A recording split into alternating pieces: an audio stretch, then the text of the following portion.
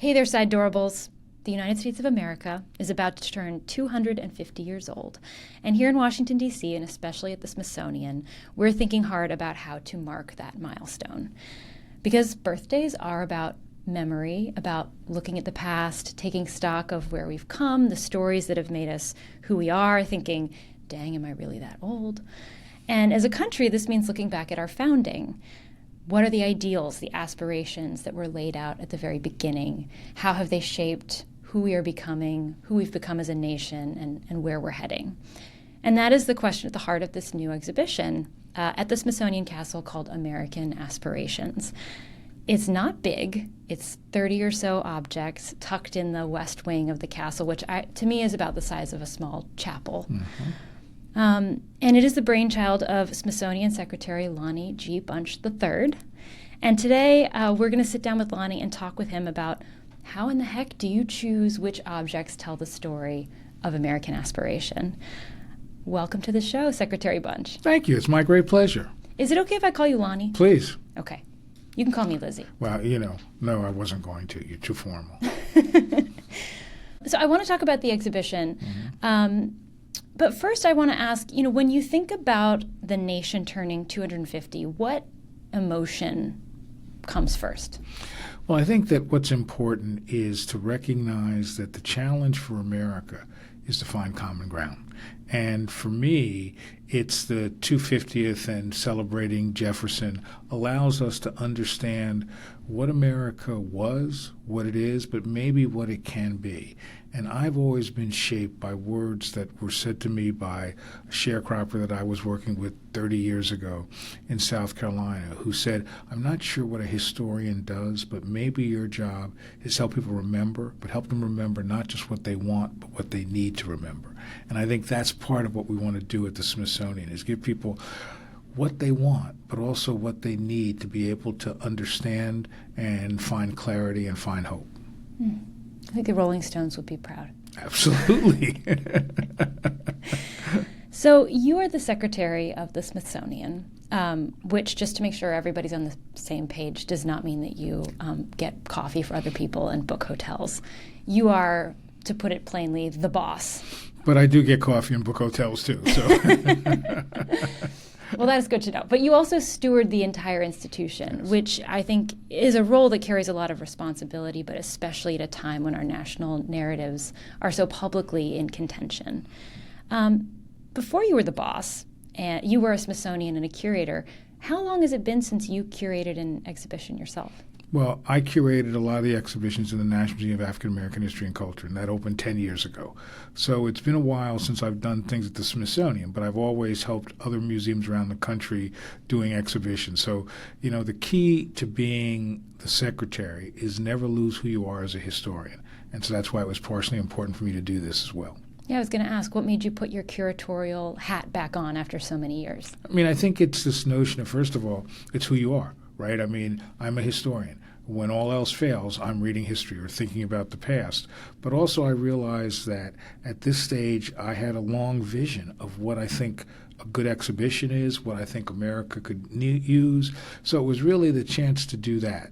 And also to remember that what this exhibition is, it's not the only way the Smithsonian is celebrating the 250th. It really is a centerpiece. It's part of a lot of the work we're doing. And so I really wanted it to be this sort of crown jewel-like exhibit that would give people an opportunity to be intimate with these objects, but to recognize that there are other things going on throughout the country and throughout the Smithsonian that allow us to sort of raise the questions, the issues, celebrate and commemorate this important milestone.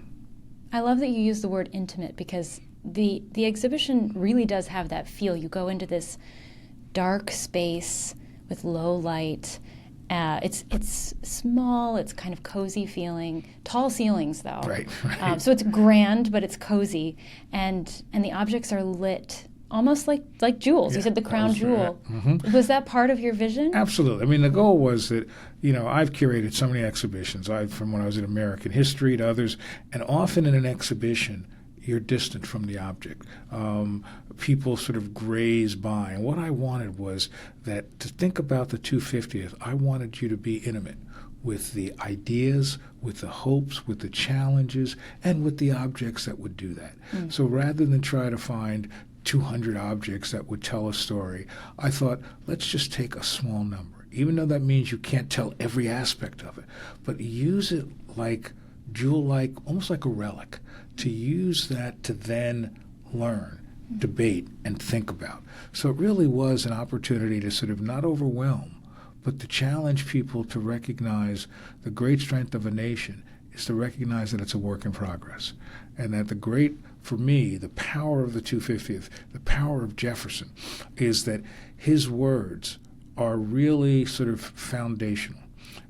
He reminds us that America is both a place and an ideal, and a set of aspirations. And so that's really what I wanted to get at, were the aspirations of America that came out of the Declaration, and then to look at where they play out, who has access to it, how it changes over time. And if you said to me, what is really one of the agendas of the exhibition is for people to realize that America is a work in progress, that America, people have debated, voted, died, protested, marched to help make concrete the ideals of Jefferson. And there's nothing wrong with celebrating that, because we are a very different nation than we were 250 years ago, partly because we had the founding ideals. We had people who grabbed them and said, let's make them real. This may seem like a basic question, but I did want to touch on this before we delve into the objects themselves. Sure.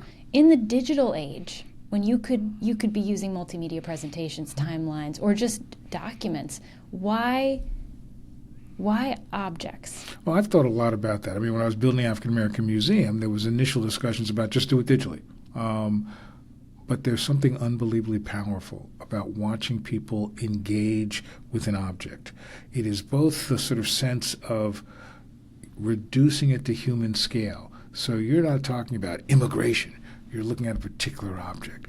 And also, I think what's so powerful about it is the interactions that occur. I don't know how many times in my career I've watched people engage with an object with people they don't know.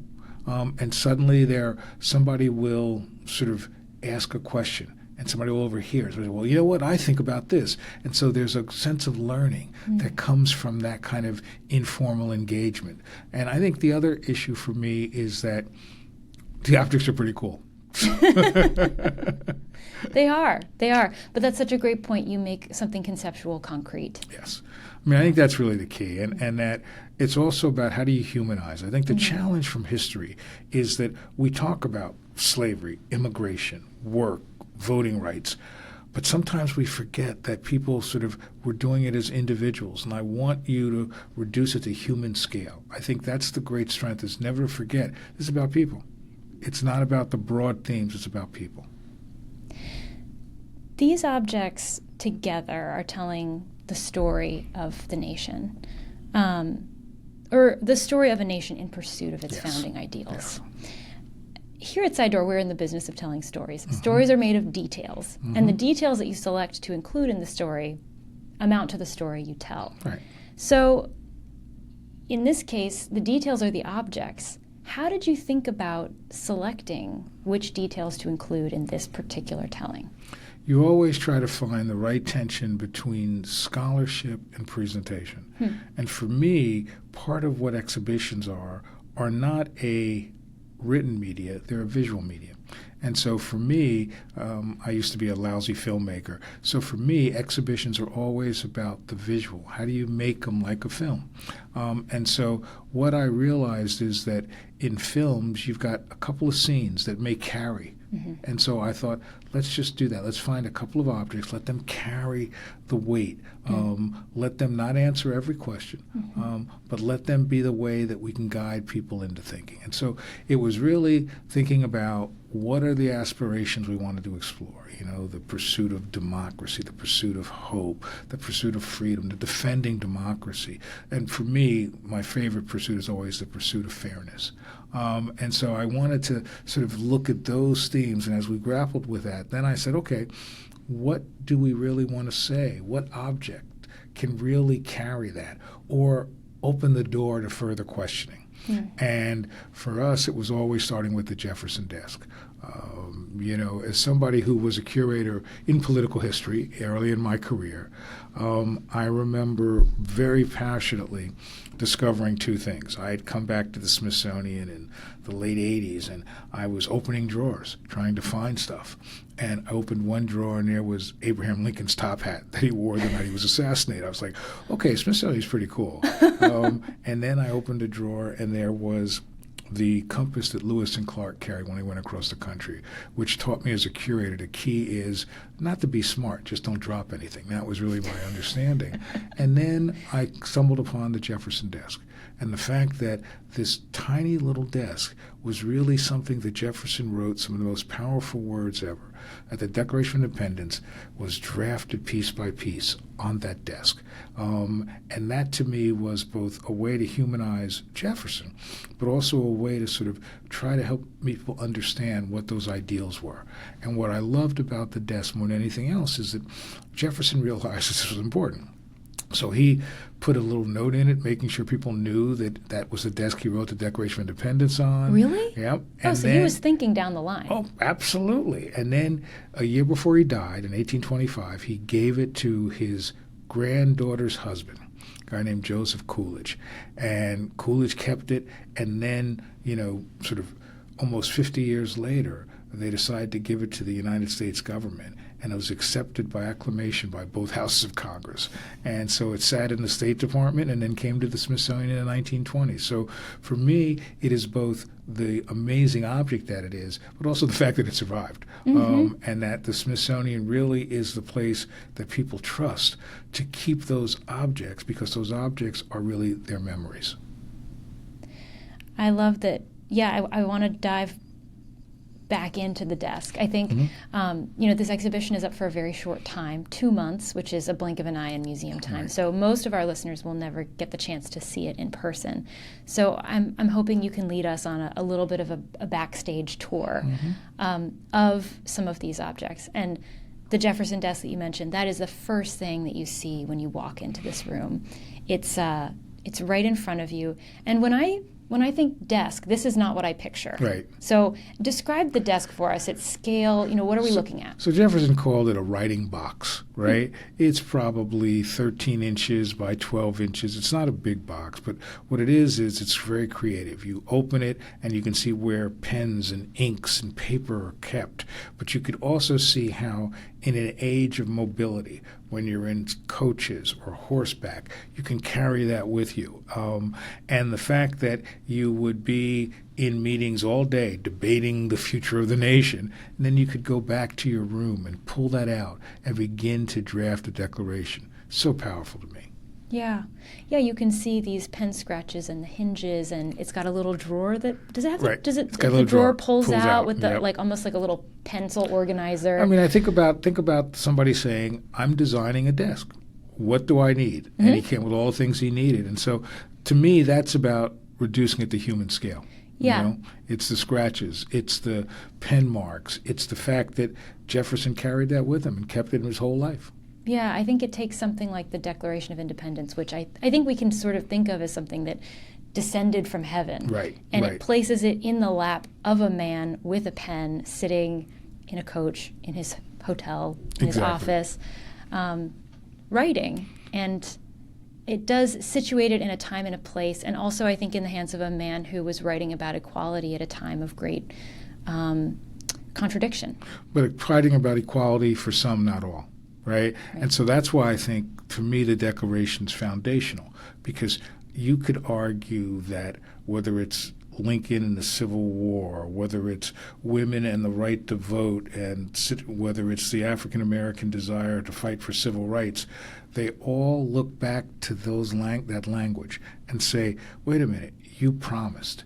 You expected this to happen. And so what our job is not to do something that is revolutionary. All we're trying to do is make real the revolution of Jefferson. And so I think, to me, that's what's so powerful out of it, is that America has always been aspiring to the promised land. It may never get there, but those aspirations are part of the strength of a nation. That's what excites me. So those words that in the Declaration of Independence, those ideals we continue to aspire for, are written in a replicated copy of the Declaration, which in the exhibition is right above the desk. Tell me about, why does it's not the original Declaration of Independence. Why does that particular engraving exist, and what made you select it? Well, first of all, what's important is I wanted to juxtapose the desk with the words, right? Mm-hmm. I didn't want it just to be a desk because I could get excited about how this was made, but it's really the words that came off that are written on that desk. And then what I love is we have what is known as a stone copy of the Declaration. In the 1820s, John Quincy Adams looked at the original Declaration and realized that it was fading. You can now see it in the National Archives, and it's still hard to see it, and they've preserved it for years now. But he realized that he needed somehow to preserve it, so he went to Mr. Stone to say, I want you to make an engraving so we can do this. And that he did. He gave the copy of the engraving to all the living signers of the Declaration who were still around in the 1820s. But he basically made 200 copies of those, and there are only few in existence, and we have one. And so for me, it was both about here's a way to see the words, but it's also about a country recognizing how important it is to preserve its history. And that these documents, I always like to say that the stone copy says to me, documents may fade, but the words are engraved, and they stay with us forever. And so I really like that as a way to juxtapose Jefferson's ideals, but the sort of living notion of how do you preserve those words. When I heard there was a stone engraving in the exhibition, I thought it was literally chiseled into a tablet, and I got really excited because I thought that must have been incredibly labor-intensive. That would have been hard. So not literally set in stone, but set in this stone that's right. engraving. Set in copper engraving. Yes. So walking through this exhibition, you'll see the Declaration of Independence, you will see the Star-Spangled Banner, and then you'll see Amelia Earhart's flight suit, which at first glance feels kind of like a swerve, but evidently to you it belongs in the same conversation. So why? Part of what is so powerful to me is the aspiration to go through ceilings. There are no limits, and that the Declaration challenges you to sort of go beyond what is expected. And as somebody who started at the Air and Space Museum as this 25-year-old kid, I've always had this fascination with aviation.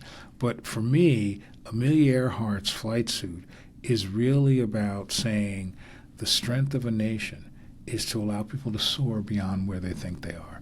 And for Amelia Earhart to basically, solo across the Atlantic in 1932 as the first woman to do that. She soloed across the Pacific from Hawaii to the United States. And then she was lost in 1937 as she was on a round-world flight. What is so powerful to me, though, is several things. First of all, it's that Amelia Earhart opens doors for people like Sally Ride, who was the first woman astronaut in space. But it's also the notion that in America, with effort, there are boundaries that can be broken. There are ceilings that can be challenged. And so I love the fact that Amelia Earhart did that. But I also like the fact that we used her flight suit. That, here's something this woman wore. It's cold in those airplanes. You really get a sense, again, of the humanity of people like Amelia Earhart. And I just think that trying to imagine what it was like to, in a male-dominated world, to become the pilot she was. Because remember, pilots are really, in the 1920s, almost considered godlike. They were special. Only a few people can do that. And so the notion was that, men could master the air. But for Amelia Earhart and other women to challenge that, to basically say, we can fly as high and as fast. And the hope is that if we can do that, then maybe equality will follow on the ground. So I wanted to, so it was this notion of challenging expectations, using the American opportunity to basically say, we want to be better than we are. And that's why I love doing the Amelia Earhart.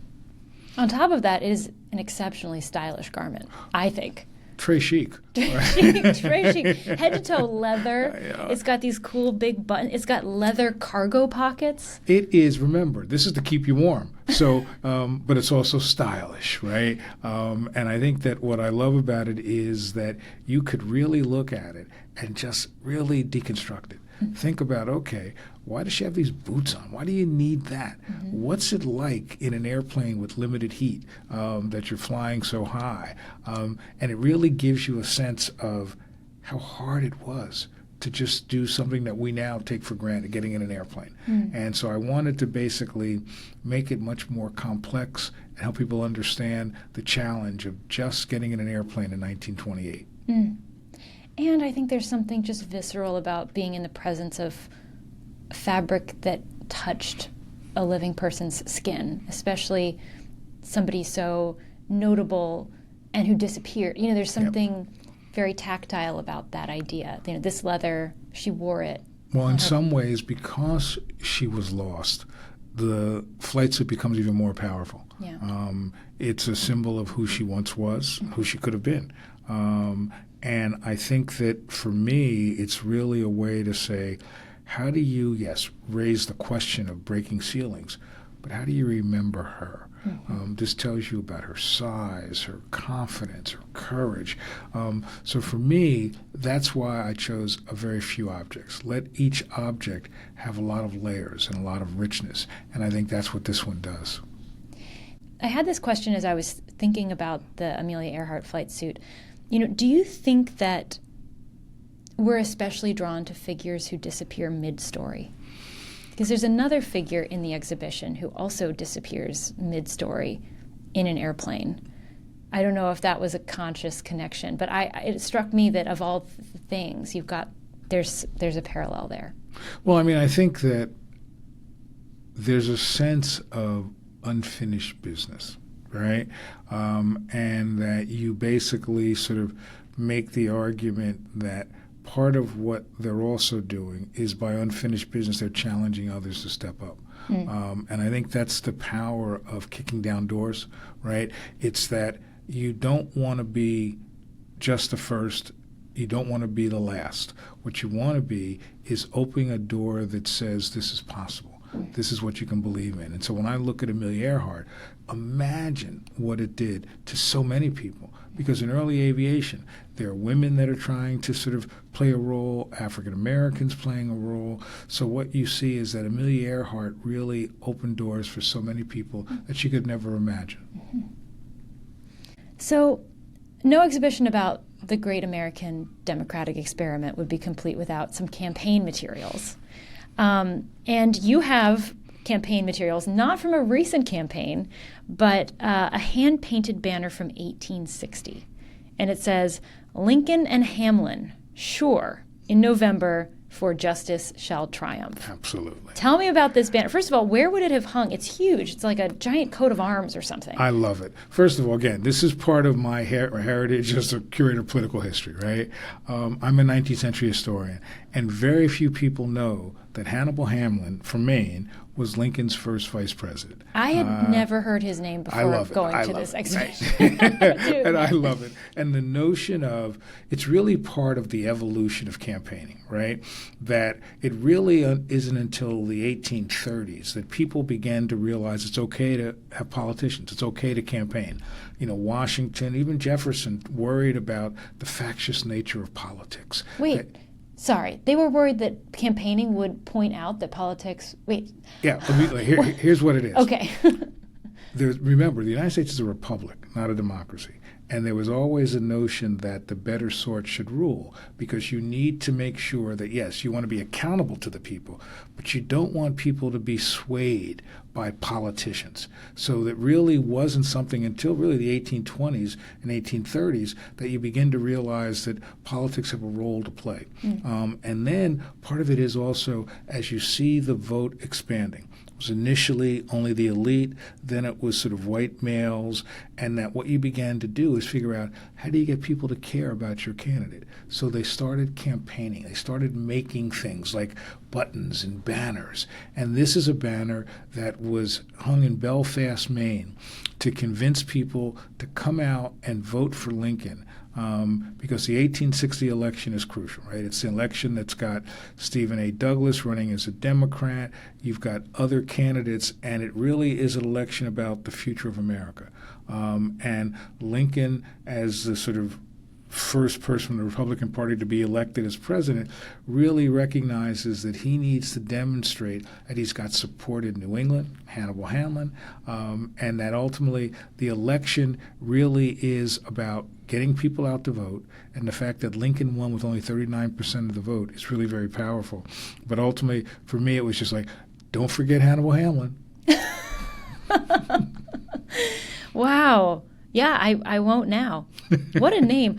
I've spent some time in Belfast, Maine, and Yep. I can see it in my mind. I love too that when you're able to get from afar, it looks like a very professional banner. Right. But from up close, you Absolutely. see it was hand painted with paintbrushes, and it's just you can see the marks of the humans behind it. Well, what you forget is that all of these are about craftsmanship. Now, some of them have much better skills than others. Some of them you carve. When Lincoln ran, they would carve log cabins, and they would carry him on a stick because they called him the log cabin candidate. So I love the fact that part of what we're doing is, we're celebrating Lincoln. Crucially important. Mm-hmm. We're remembering Hannibal Hamlin. Not crucially important, but happy to me. Sounds like the reason, actually. He sounds like he's the headliner. I'm a 19th century guy. That's him, But also I think that I want people to understand that the strength of a nation, in part, is engaging in these campaigns, is having sort of reasonable debate. And so I love the fact that Lincoln won and Hamlin helped.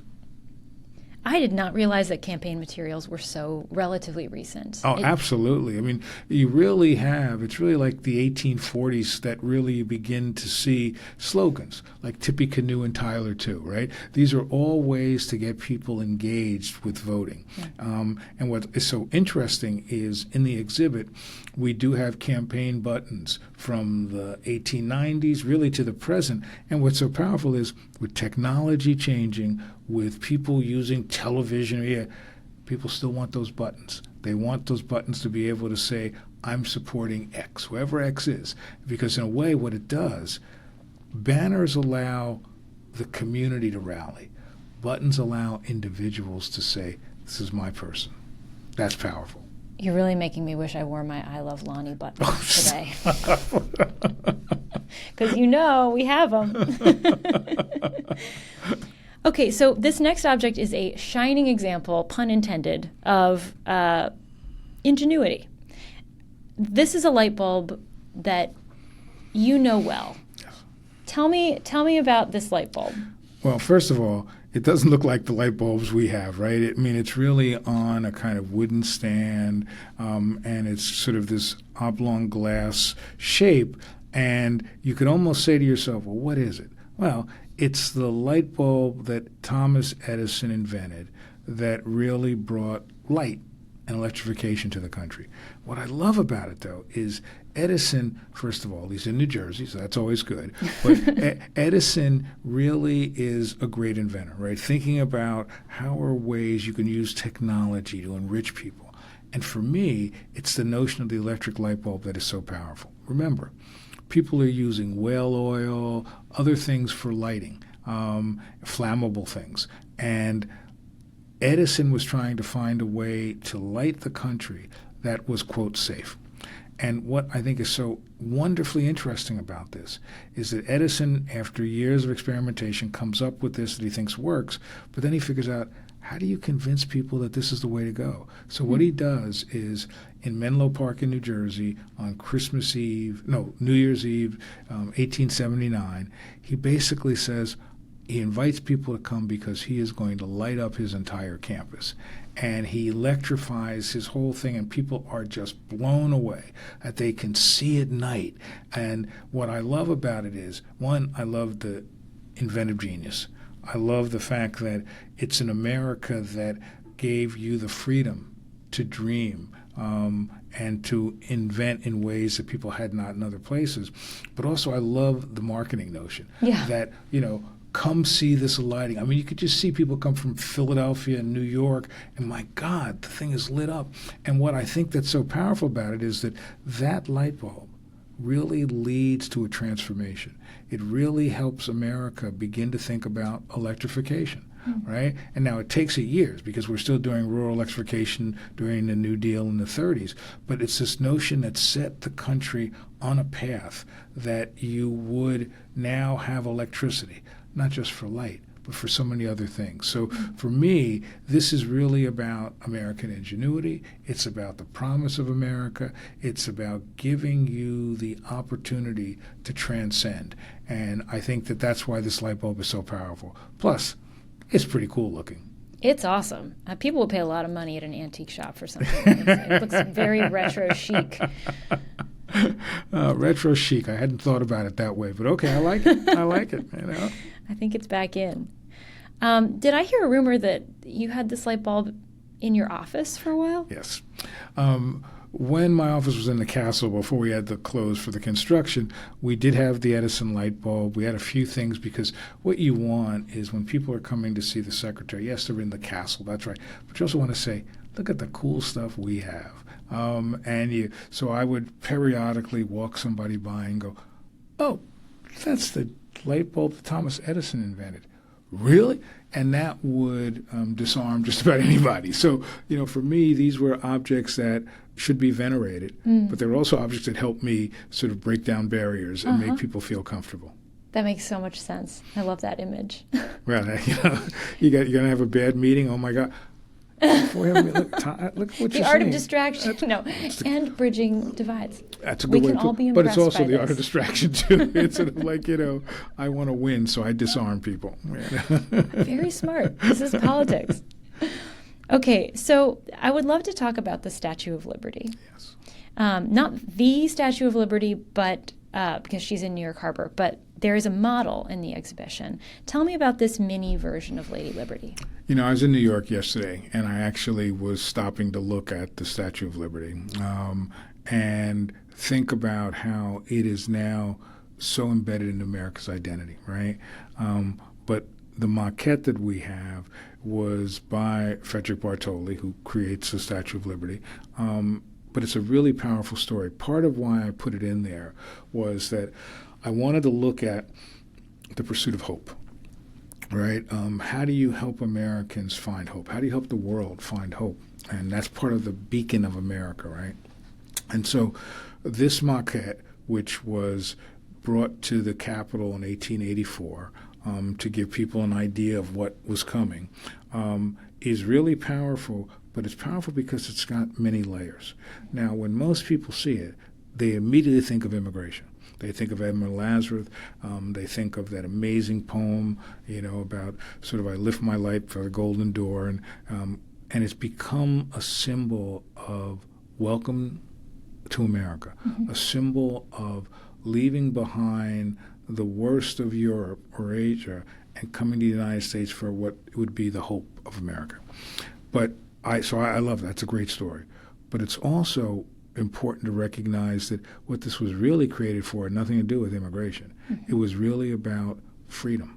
And that's why it's called the Statue of Liberty, because when it was created to demonstrate America had a long relationship with France. I mean, France was crucial to the success of the American Revolution, but it was also a way to celebrate America's abolition of slavery. And what I love about the maquette and even the Statue of Liberty is that if you look at the feet, they're standing on broken chains. And for me, part of the job of a historian is to give you layers of complexity, to give you ambiguity. And so for me, being able to think about how this was first about liberty, how it then becomes the symbol of immigration, and then through that, it becomes this, in some ways, contested notion of what America is today, right? It is a land of promise, a land of hope, but, some people have argued there's too much promise, too much hope in a way. So for me, being able to look at this amazing image that has stood in New York Harbor since the 1880s is really unbelievably powerful. And I just want people to know that look at it through different lenses. Think about what it meant in the 1880s for a nation like France, that has its own complicated history, to celebrate something that America did that was so profound, which was end an institution that people thought would be in America forever. And it is what you see in the maquette. Is that how, am I saying it correctly? Maquette. I think it's worth pointing out that this isn't a replica that was built after the Statue of Liberty. This was sent over beforehand as a proof of concept to say, do you want it? Absolutely. Do you like it? Here's what's coming. Or here's what's coming, whether you like it or not. Fair point. Get on board. That's right. It's like the little notification, the U.S. mail is like, this bill is coming your way. That's right. Absolutely. But I think that's so powerful. I mean, I think that first of all, you should look at it. First of all, it's a woman, right? And at a male-dominated time, to have this woman, Lady Liberty, is really very, very powerful. And I love this light that she's holding, right? Because it is the country as a city on a hill, a beacon of light, right? So I think that's really very powerful. And to be honest, to have the actual Statue of Liberty being so large, it really had become the landmark of so many people coming to the New World, which is why I love the maquette, to be able to, in a way, you get much closer to it than you could the Statue of Liberty. You can see the folds in her gown. You could see the strength in her arm. And so for me, it really was what I wanted for the whole show. Here's a way to get intimate with something like this that you will never see in the same way when you're at the Statue of Liberty in New York. And you can see the broken chains at her ankles, which it's impossible to see from your vantage point on Ellis Island. It's my favorite part of it, though. I really, I love the fact that she's standing on those chains. Lonnie, is there anything that you wish that you had included in this exhibition that didn't make the cut? Well, I mean, I think that Apollo space capsule would have been pretty cool, right? It would have been a little bit harder to get in. A little hard to get in there, right? But I mean, I think that there's always, one of the things as a scholar you can always do is say, I could go this way, I could go that way, what about this? And so, yes, there are things that could be extremely powerful that could tell some of those stories. But I'm pretty pleased with the choices we've made because they run the gamut from sort of sport to popular culture to the military. In essence, it gives you just a real quick sweep of who we can be and who we hope we can be. And for me, what's important is because it is an intimate show, limited number of objects, and will only be up for a few months because I really wanted this not to be sort of an exhibit that stayed up for a year. I wanted you to have this interaction that you're only going to have for a couple of months. So this is my celebration, one of the ways the Smithsonian is celebrating the 250th. Here's an opportunity you won't get to see again. So come on down if you can. You heard it yourself. Get down here. What kind of conversation do you hope that this exhibition might spark among people who are leaving it, who've come and seen it and are leaving it and are on their way home? Well, you hope that several things happen. First of all, you want them to be amazed at the Smithsonian, right? That the Smithsonian... We want them to love us. Absolutely. I mean, this is the repository of all of our memories, right? We're not an attic. We're repositories of who we once were and who we aspire to be, right? So I want them to do that. But I also want them to think about America as a work in progress, to think about the enduring and really everlasting journey of America trying to be the America of our dreams. And I think that what you see is people had different hopes, different dreams, but the notion was that America was going to be the place to allow us to fulfill those dreams. And so I want people to understand that while that may be the goal, it really wasn't fairly available to everybody, and that people really did amazing things to make America be America. I keep thinking of Langston Hughes' poem where he says, I too am an America, I too am America, and he basically says, let us be the America that we hope it can be.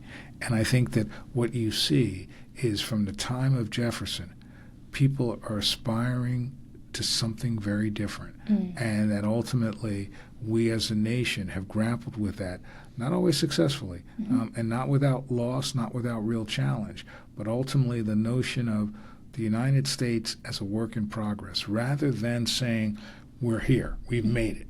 Right. rather that we will always be grappling with these questions. Right. And what's so powerful about it, you look at nations around the world, most don't have those founding ideals.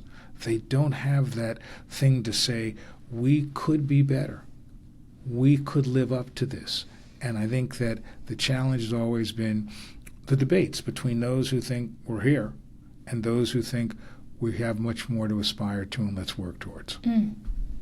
That's so well put. And this idea that the struggle itself is laudatory. That if we have this sense that we've arrived and we are perfect now, then any admission, anything that reflects poorly on our country means that we've failed. Exactly. Or we are a failure. But we're not. I think there's just, it's almost like in a math problem, when you're in school and they say, show your work. Right. You need to show all of the calculations and all the ways that you got to where you are here, because it's part of the learning process. It's part of the evolution. As long as you don't ask me to do math, I'm with you. But I mean, okay, fair. But I do think you're absolutely right. I think that part of this is really having the confidence in the America of our dreams, having the confidence that people like Jefferson had, they were revolutionaries. They knew that the country would evolve and change. And they hoped that it would change for the better. These ideals would guide them. And I think that's what's so powerful. So I'm not one of these people that say, run away from the founders, right? I think they're unbelievably brilliant. They're unbelievably human, with the challenges of being unbelievably human. But I think that it's the words that allow us to sort of transcend who they were, but point us towards what America can be. I mean, I love the notion of how to dream a world anew, right? How to dream a world based on Jefferson's ideals. And I think everybody has debates of what that world is, but my goodness, what it means is that America is a nation in pursuit. America is not a nation that settles. It's a nation in pursuit. And that's what I think is so powerful. And I love what you say about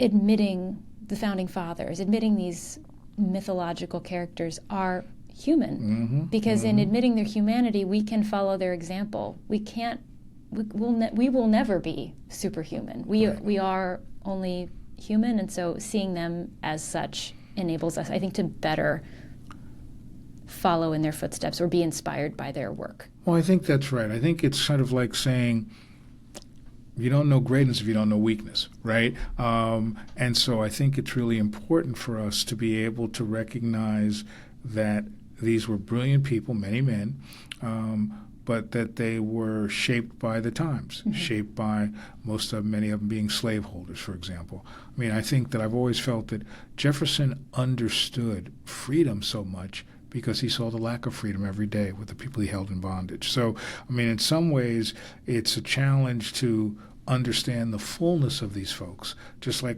people try to understand the fullness of who we are today. So I think that, to me, doesn't mean that you're critical of them. It doesn't mean that they're not important people. It just means that look at them through the lens of humanity rather than the lens of sort of hagiography. This is a question you don't have to answer if you don't want to, but I was curious what you might say. When people walk into a Smithsonian exhibition, I think especially one like American Aspirations, they often expect authority, the official version of history. Do you think museums work that way? Is there an official version of history? There's not a version of history. There's not a single version. What there is the kind of interpretation based on scholarship first and foremost, based on how do you work in exhibitions. Exhibitions aren't books, so there are different ways you make arguments in exhibitions than you do in books. But I do believe that as a scholar, we move away from master narratives, right? But I think in museums, people come for the narrative. People want to understand. And so what I believe very strongly is it's not my job to tell you how to think about everything, but it is our job to illuminate corners that one might want to grapple with, one might want to think about. And that's why I keep going back to where I started, which is as that man in South Carolina, Princey Jenkins, said to me, how do you help people remember not just what they want to remember, but what they need to remember? And that's why places like the Smithsonian are driven by scholarship, but also education, right? If I had all the choices of what I want in education, I wouldn't be able to add 2 + 2. I hated math, right? But you get to learn that, and it makes you better. And so I think that our job is not to pontificate. Our job is to educate. Our job is not to have points of view that aren't driven by scholarship and reflection, but our job is to contribute to the greater good. And to me, that has always been my mantra. What can we do that contributes to the greater good? One of my dearest old friends was Studs Terkel, the great oral historian. And when Studs was near the end of his life, he used to say to me, Lonnie, I'm 90 years old. I can't hear a thing. I can't see much. I can't stand for long. But I want you to do me a favor. I said, what do you want, Studs? He'd say, always turn me in a direction where I can do good.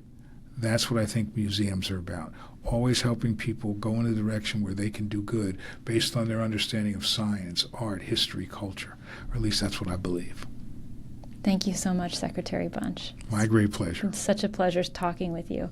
I've been speaking with the Secretary of the Smithsonian, Lonnie Bunch. If you want to check out the exhibition, American Aspirations, which you do, it is going on through July 26th at the Smithsonian Castle, which is open especially for this purpose.